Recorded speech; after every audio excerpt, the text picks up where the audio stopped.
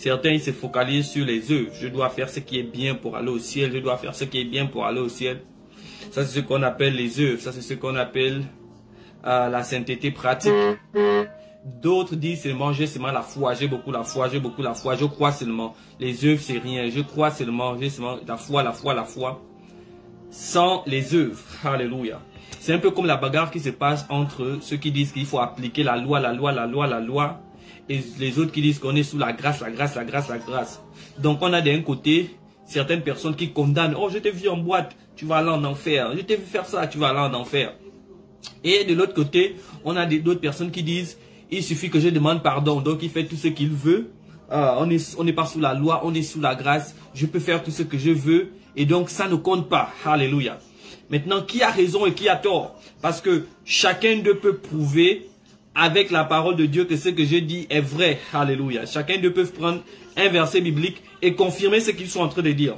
Donc, c'est ce qu'on va parler aujourd'hui, la sainteté spirituelle et la sainteté pratique. Commençons avec ce que j'appelle la sainteté spirituelle. C'est quoi la sainteté spirituelle? Le moment que tu acceptes Jésus-Christ comme Seigneur et Sauveur, tu es déclaré saint. Tu n'as pas besoin de mourir, comme on dit souvent, Saint Thomas qui est mort, Saint tel, c'est parce que tu es mort. Non, non, non. Quand tu reçois Jésus-Christ comme Seigneur et Sauveur, tu es déclaré saint aux yeux de Dieu. Pourquoi? Parce que tu as accepté Jésus-Christ comme Seigneur et Sauveur. Et cette sainteté s'appelle la sainteté spirituelle. Alléluia. C'est ce qu'on appelle la sainteté spirituelle. On va lire ça un peu dans le livre de Éphésiens 2. Ce que Paul nous dit sur la sainteté spirituelle.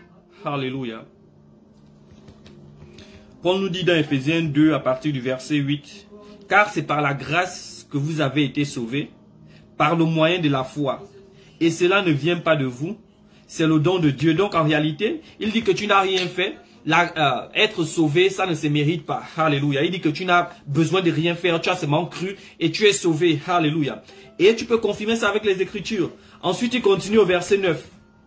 Ce n'est point par les œuvres, afin que personne ne se glorifie. Alléluia. Donc il dit ici là clairement que ce n'est pas avec tes œuvres. On est sauvé par la foi. Une fois que tu acceptes Jésus-Christ comme Sauveur et Seigneur, tu es déclaré saint. Tu n'as pas besoin de mourir pour qu'on t'appelle saint tel. Oh, pitié du pauvre. Non, non, non. Une fois que tu acceptes Jésus-Christ, tu es déclaré comme saint. Alléluia. Maintenant, on va voir ce qu'on appelle la sainteté pratique. Parce que ta sainteté spirituelle, elle est momentanée. C'est-à-dire le moment où tu acceptes Jésus-Christ comme Seigneur et Sauveur, tu reçois la sainteté spirituelle. C'est ainsi que le brigand sur la croix, il n'a pas eu besoin de faire d'œuvre. Il n'a pas été baptisé du Saint-Esprit, baptisé d'eau. Il a accepté Jésus-Christ sur la croix. Et directement, il a reçu la sainteté spirituelle. Alléluia. Maintenant, c'est quoi la sainteté pratique? La sainteté pratique, en réalité, c'est pour confirmer la sainteté spirituelle. Alléluia. La sainteté pratique, c'est pour confirmer la sainteté spirituelle. C'est vrai que tu as été sauvé par grâce, tu as été sauvé par la foi. Mais maintenant que tu as été sauvé, tu dois confirmer que tu es sauvé. Quelqu'un ne peut pas naître dans un pays, grandir dans ce pays sans parler la langue de ce pays. Alléluia.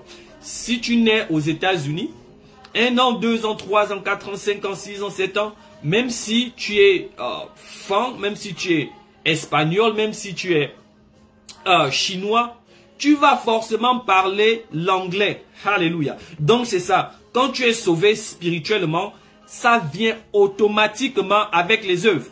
Tu ne peux pas être sauvé spirituellement sans avoir les œuvres. Alléluia. C'est à cause de ce que Jacques va plus loin en disant, la foi sans les œuvres est morte.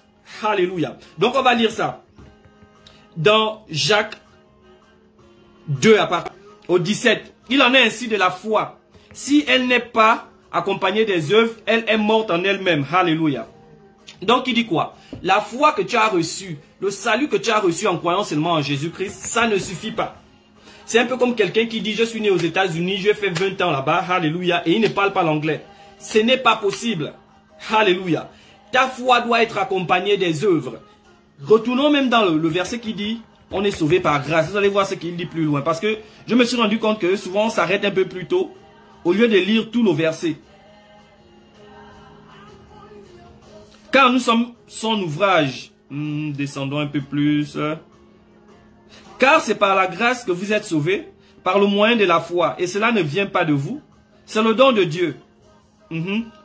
Ce n'est point par les œuvres, afin que personne ne se glorifie. Ok. Car nous sommes son ouvrage, ayant été créés en Jésus-Christ pour des bonnes œuvres. Alléluia. Nous avons été créés en Jésus-Christ pour des bonnes œuvres. Donc, tu n'es pas sauvé par tes bonnes œuvres. Alléluia. Mais tu es sauvé pour produire des bonnes œuvres. Alléluia. Je vais le redire. Tu n'es pas sauvé par tes bonnes œuvres. Mais tu es sauvé pour faire des bonnes œuvres. Donc, faire les bonnes œuvres n'est que la résultante de ton salut. Alléluia. Faire des bonnes œuvres confirme ce que tu es déjà. Donc, si tu n'as pas les bonnes œuvres, en réalité, tu n'es pas sauvé. Alléluia. Les gens vont dire, ici, là, ce n'est pas question de perfection. J'aimerais toujours le dire. Quand je dis faire les bonnes œuvres, nous ne sommes pas parfaits. Mais, dans Galates 5, 22, on nous parle des fruits de l'esprit. Tu dois pouvoir manifester les fruits de l'esprit à un certain niveau de ta vie en Christ. On est en Christ, mais après on grandit. Tu ne peux pas demeurer bébé spirituel en Christ. Alléluia. Il y a des choses que tu dois déjà savoir après 1 an de vie chrétienne, après 2 ans de vie chrétienne, après 3 ans, après 4 ans, après 5 ans, après 6 ans. Alléluia.